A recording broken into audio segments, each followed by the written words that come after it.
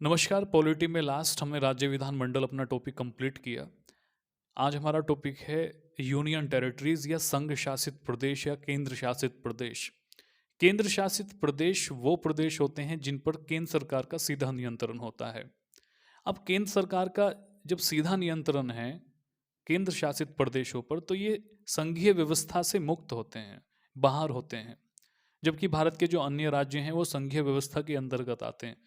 संघीय व्यवस्था की बात कर रहा हूं मैं, दो स्तर की जब सरकार काम करती हो या कोई क्षेत्र जो दो स्तर की सरकारों के अधीन आता है। जैसे भारत का कोई भी एक राज्य आप लगा लीजिए, उस राज्य में राज्य सरकार तो रूल बनाएगी बनाएगी, उसके साथ साथ केंद्र सरकार के अधीन भी वो क्षेत्र आता है। तो ये संघीय व्यवस्था का एक उदाहरण हम समझ सकते हैं। जबकि जो केंद्र शासित प्रदेश है उस पर एकाधिकार है केंद्र सरकार का, तो केंद्र सरकार ही रूल बनाएगी, कोई राज्य सरकार इसमें हस्तक्षेप नहीं करेगा। अगर हम संघ शासित प्रदेशों का बैकग्राउंड देखें, मतलब इसका पृष्ठ जानने की कोशिश करें, इसका इतिहास जानने की कोशिश करें, तो हमें जो है राज्य भी समझने होते हैं और केंद्र शासित प्रदेश भी समझने होते हैं। जैसे जब संविधान लागू हुआ, ये संविधान निर्माताओं ने भारत के राज्य क्षेत्र को 28 राज्यों में विभक्त किया, जिन्हें 4 कैटेगरी में रखा गया, कैटेगरी ए, बी, सी और डी। उसके बाद ये जो कैटेगरी थी इन्हें 1956 में आके समाप्त कर दिया, जो 7वां संविधान संशोधन 1956 में हुआ। और जो राज्य पुनर्गठन अधिनियम 1956 है, इसके द्वारा ये कैटेगरी खत्म कर दी गई और भारत को 14 राज्य और 6 संघ शासित प्रदेशों में विभक्त किया गया।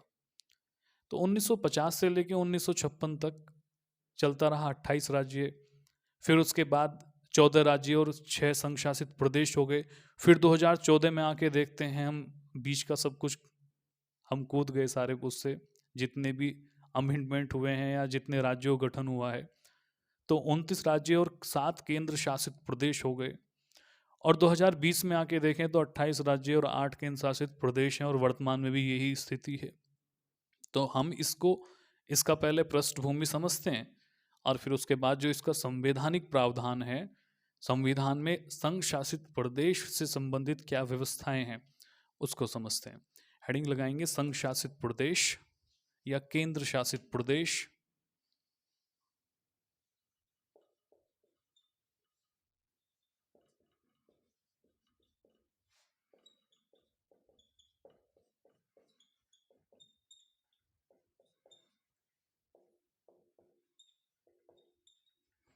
यूटी, ये जो केंद्र शासित प्रदेश है, इसका प्रावधान संविधान के भाग 8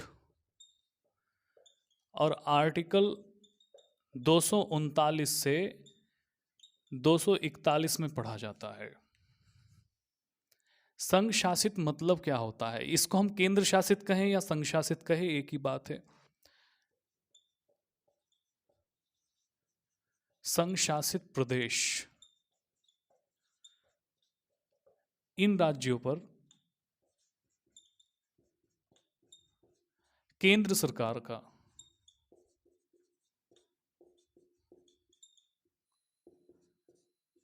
सीधा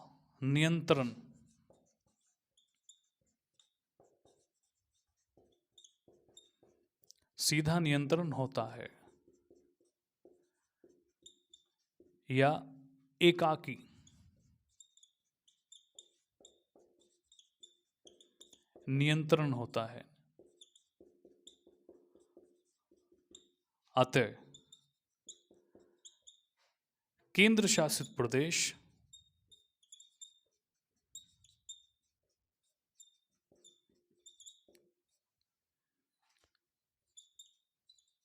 संघीय व्यवस्था से मुक्त होते हैं। अब हम दो तरह से समझ सकते हैं। दो तरह से कैसे समझेंगे? दो तरह से समझ सकते हैं कि जो राज्य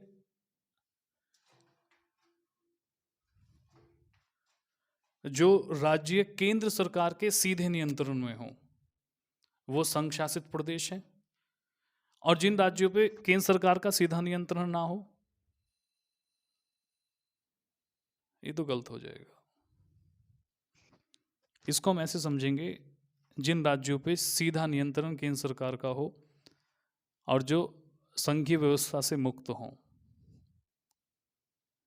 अब जिन राज्यों पे नियंत्रण भी हो और संघीय व्यवस्था के अधीन भी हो, केंद्र का नियंत्रण हर जगह है। राज्य, कोई भी राज्य भारत का केंद्र के नियंत्रण से मुक्त नहीं है, तो थ्योरी बनाना मूर्खता होगी इसमें अलग से।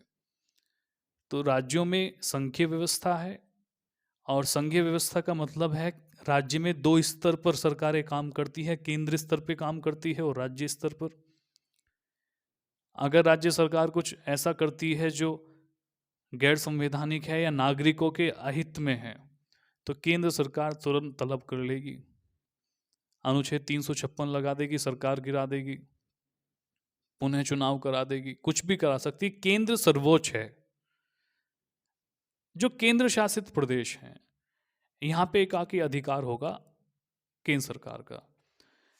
इसका संवैधानिक पृष्ठभूमि पढ़ेंगे तो अनुच्छेद 239 से 241 संविधान के भाग 8 में है। अब हम चलते हैं इसे समझने के लिए अनुच्छेद 1 की तरफ। अनुच्छेद 1 को समझते हैं, क्योंकि उससे जो है हमें कुछ चीजें मिल जाएंगी इससे संबंधित। अनुच्छेद 1 क्या कहता है? अनुच्छेद 1 कहता है, भारत अर्थात इंडिया राज्यों का संघ होगा। यही तो कहता है। आर्टिकल 1 क्या कहता है? भारत अर्थात इंडिया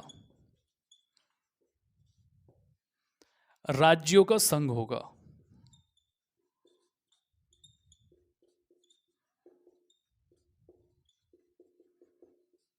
इसके अनुसार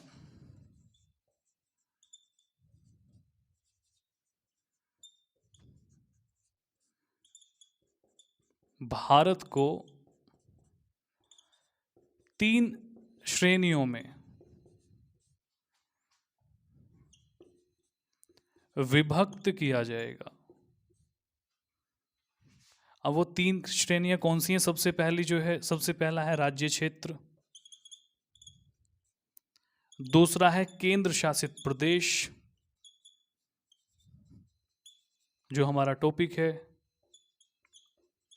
और तीसरा है वो क्षेत्र है भारत सरकार द्वारा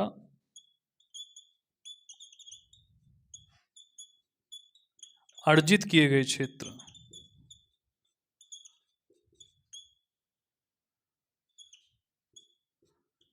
अर्जित किए गए क्षेत्र। अब भारत सरकार किसी क्षेत्र का अर्जन कैसे करेगी? या तो संधि से करेगी या युद्ध से करेगी। ये 2 प्रमुख आधार हैं। भारत सरकार के द्वारा भारत ने किसी पे आक्रमण कर दिया, जो क्षेत्र उसके कब्जे में आ गया वो भारत का हो गया।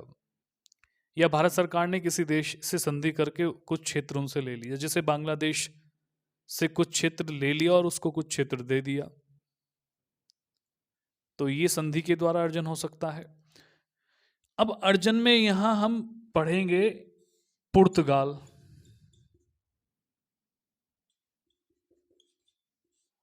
ये जो पुर्तगाल है, पुर्तगाल ने भारत के 2 क्षेत्र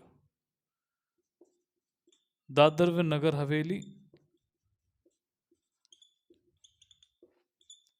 व गोवा पर अधिकार किया हुआ था। भारत ने दादर और नगर हवेली को पुर्तगाल से छीना और संविधान संशोधन 10वें संविधान संशोधन 1961 के द्वारा इसे संघ राज्य बना दिया।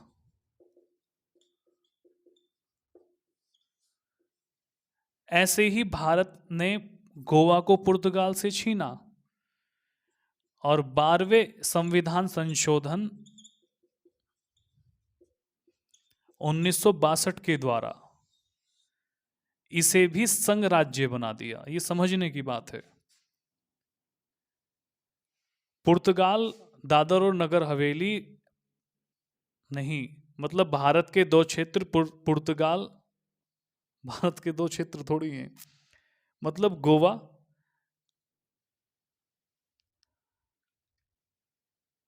गोवा, दादर और नगर हवेली पुर्तगाल के कब्जे में थे कभी, और गोवा पे तो लगभग 450 वर्षों तक शासन किया है पुर्तगाल ने। भारत जब स्वतंत्र हुआ, स्वतंत्रता के बाद अपने क्षेत्रों का अधिग्रहण कर रहा था, उन्हें प्राप्त कर रहा था, तो पुर्तगाल से इन क्षेत्रों को प्राप्त किया। 10वें संविधान संशोधन के द्वारा 1961 में जो दादर और नगर हवेली है, इसे अपना यूटी बना दिया, केंद्र शासित प्रदेश बना दिया भारत ने पुर्तगाल से छीनकर। ऐसे ही गोवा को 12वें संविधान संशोधन 1962 के द्वारा उसे छीना पुर्तगाल से और केंद्र शासित प्रदेश बना दिया। तो गोवा जो अभी पूर्ण राज्य है, ये आरंभ में केंद्र शासित प्रदेश था। 1987 ईस्वी में, 1987 में इसको पूर्ण राज्य का दर्जा दिया गया। तो 1962 से लेकर 1987 तक ये संघ शासित प्रदेश रहा, और 1987 से अब जो है, अब तक ये क्या है, पूर्ण राज्य है। ऐसे ही फ्रांस, ऐसे ही फ्रांस के मामले में भी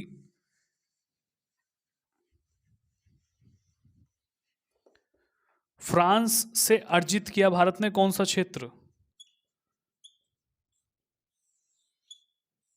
पुडुचेरी, और पुडुचेरी को ग्रहण करके 14वें संविधान संशोधन 1962 के द्वारा इसे भी संघ शासित प्रदेश बना दिया।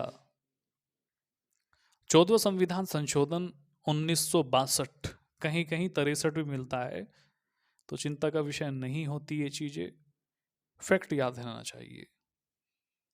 तो हमने 62 लिख दिया, 63 मिले तो 62 लिख देना आप भी, या 63 लिख लेना, कोई फर्क नहीं पड़ता। तो ये जो है, ये संघ शासित प्रदेश इस तरह से बने। उसके बाद अब चलते हैं हम मूल संविधान में। वैसे तो ये राज्य पुनर्गठन अधिनियम का हिस्सा है, लेकिन अगर इसको ना समझेंगे तो फिर ये ऐसे ही हो जाएगा मामला सारा।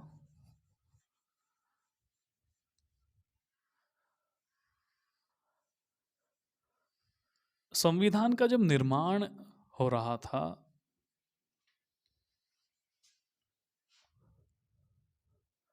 तो जो मूल संविधान में, ऐसे लिखेंगे हम, मूल संविधान में भारत क्षेत्र 28 राज्यों में विभक्त था, और ये जो 28 राज्य हैं, इन 28 राज्यों को 4 कैटेगरी में विभक्त किया गया था। सबसे पहली कैटेगरी आपने सुना होगा कि श्रेणी ए के राज्य, श्रेणी क के राज्य, श्रेणी ख के राज्य, ग के राज्य, ऐसे। तो कैटेगरी ए थी, कैटेगरी बी थी, कैटेगरी सी और कैटेगरी डी। ए श्रेणी में वो राज्य शामिल किए गए थे जो ब्रिटिश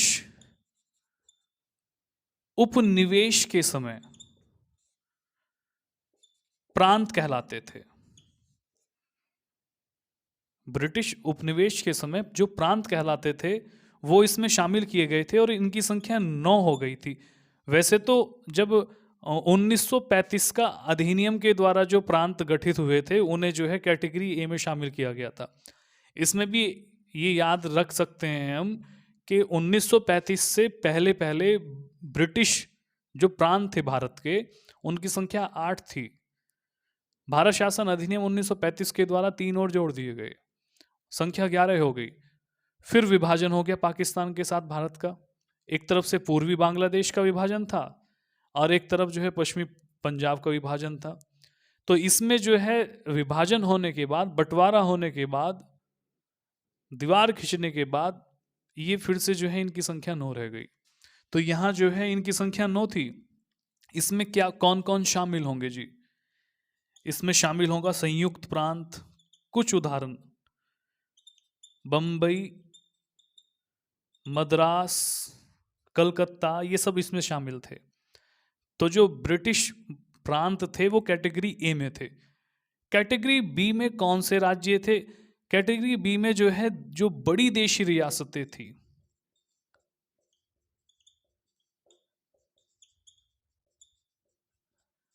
रियासतें शामिल थी इसमें, जिसमें जम्मू एंड कश्मीर हुआ, राजस्थान हुआ, हैदराबाद हुआ,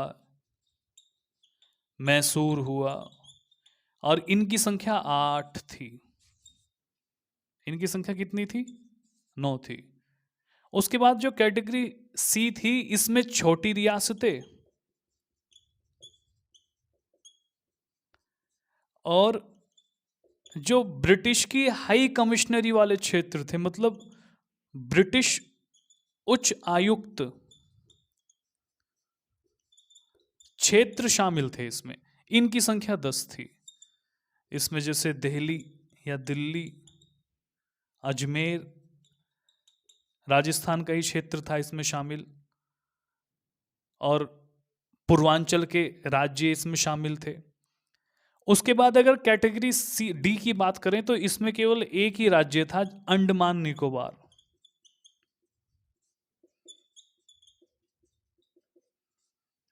प्लस जो भारत सरकार द्वारा अर्जित राज्य हैं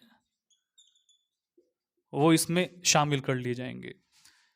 तो जब संविधान का निर्माण हुआ उस समय भारत में 28 राज्य थे। 28 राज्य 4 कैटेगरी में विभक्त किए गए थे। जो पहली कैटेगरी थी, उस कैटेगरी में वो प्रांत आते थे जो ब्रिटिश सरकार ने भारत शासन अधिनियम 1935 के द्वारा गठित किए। इसमें संयुक्त प्रांत है, इसमें बंबई है, मतलब प्रेसिडेंसी आ गई, इसमें बिहार आ गया। जो बड़े बड़े राज्य थे वो इसमें शामिल थे। उसके बाद जो कैटेगरी बी है, इसमें बड़ी देशी रियासतें थी, जम्मू एंड कश्मीर हुआ, हैदराबाद हुआ, मैसूर हुआ, ये सब इसमें शामिल थे। इनकी संख्या 8 थी। फिर जो सी कैटेगरी है, सी कैटेगरी में जो संविधान सभा ने क्षेत्र लिए वो छोटी रियासतें वाले क्षेत्र थे, और जो हाई कमिश्नरी वाले क्षेत्र थे वो शामिल थे। उसके बाद डी में अंडमान निकोबार लिया। अब इस तरह से जो है संविधान सभा ने भारत के क्षेत्र को विभक्त किया। लेकिन 7वां संविधान संशोधन अधिनियम और राज्य पुनर्गठन अधिनियम 1956 दोनों एक ही वर्ष के हैं, उसने इस व्यवस्था को खत्म कर दिया।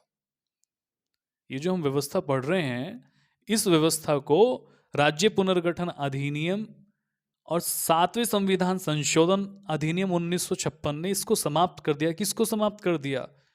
जो संविधान सभा ने भारत को 28 राज्य में विभक्त किया था और 4 कैटेगरी में शामिल कर लिया था इन 28 राज्यों को, ये सिस्टम खत्म करके इस पूरा 14 राज्य और 6 संघ शासित प्रदेशों का निर्माण किया। ये उसमें विभक्त कर दिए। तो इसमें हम क्या लिखेंगे? इसमें हम क्या लिखेंगे? इसमें हम लिखेंगे 7वें संविधान संशोधन। कहां लिखेंगे? ऊपर लिख दें।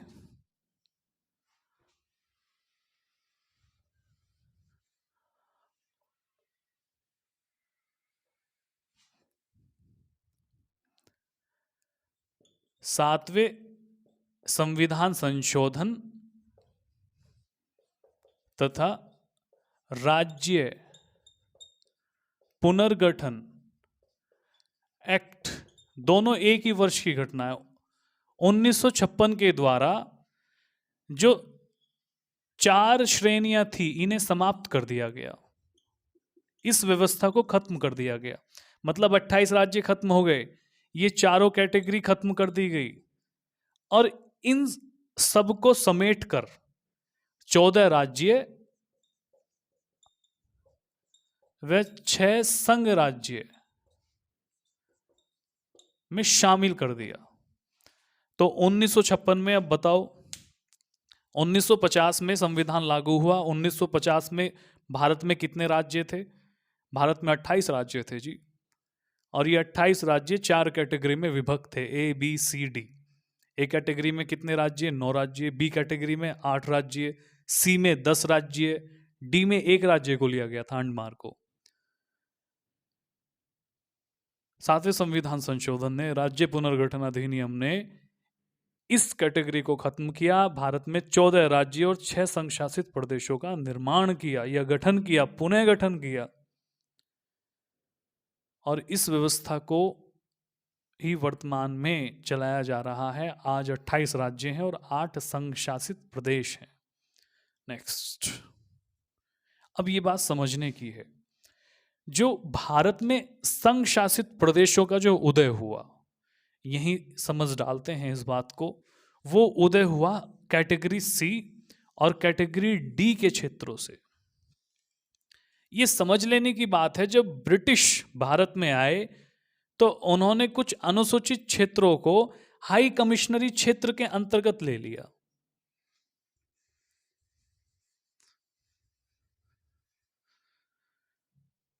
यही समझ लो, जो संघ शासित प्रदेशों का जो उदय है, जो कैटेगरी सी के क्षेत्र थे और जो कैटेगरी डी के क्षेत्र थे, उनसे ही संघ शासित प्रदेश बने हैं। ये जो क्षेत्र हैं, ये क्षेत्र ब्रिटिश उपनिवेश के समय उच्च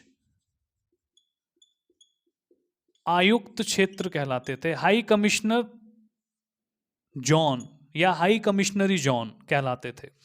और यही क्षेत्र फिर संविधान सभा ने सी कैटेगरी और डी में डाल दिए, और फिर यही क्षेत्र बाद में संघ शासित प्रदेश बन गए 7वें संविधान संशोधन के द्वारा। ठीक है, तो इसको इसमें याद रखना, कैटेगरी सी और डी से पूछ लेगा। नेक्स्ट,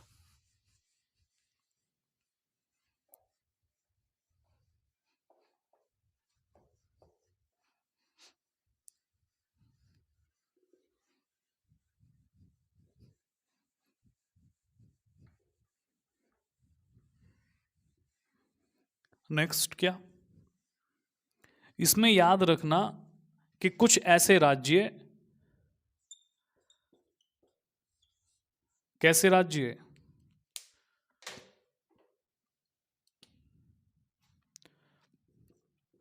जो आरंभ में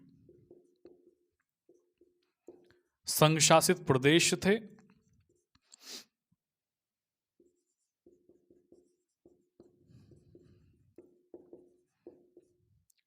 और बाद में पूर्ण राज्य बन गए, पूर्ण राज्य का दर्जा मिल गया।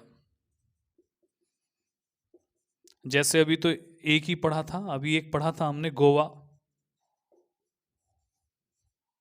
अरुणाचल प्रदेश,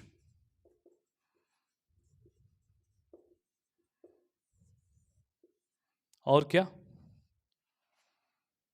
अरुणाचल प्रदेश, मिजोरम,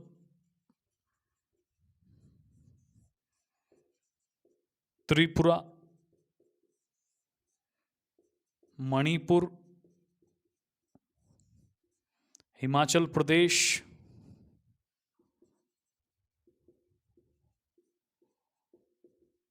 ये वो राज्य हैं जो आरंभ में केंद्र शासित प्रदेश थे। और भी हैं एक दो जिन्हें बाद में पूर्ण राज्य का दर्जा दे दिया गया। तो अगर हम शुरुआती देखें, स्वतंत्रता से स्थिति देखें, 1950 से 1956 तक की जो स्थिति है,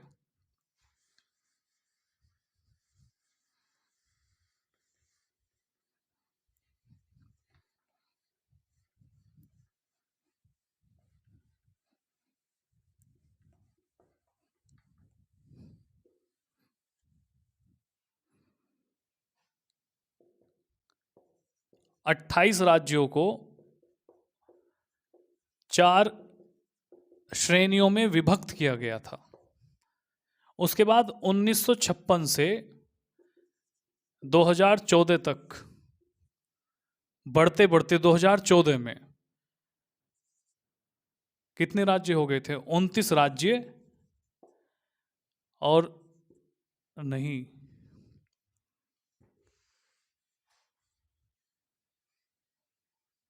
1956 में आकर 1956 में आकर 14 राज्य और 6 संघ शासित प्रदेश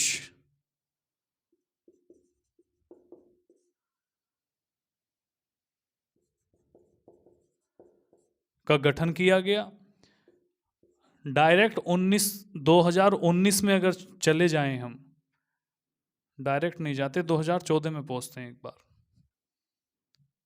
2014 में 29 राज्य और 7 संघ शासित प्रदेश, और अगर 2020 में आकर देखें तो 28 राज्य और 8 संघ शासित प्रदेश।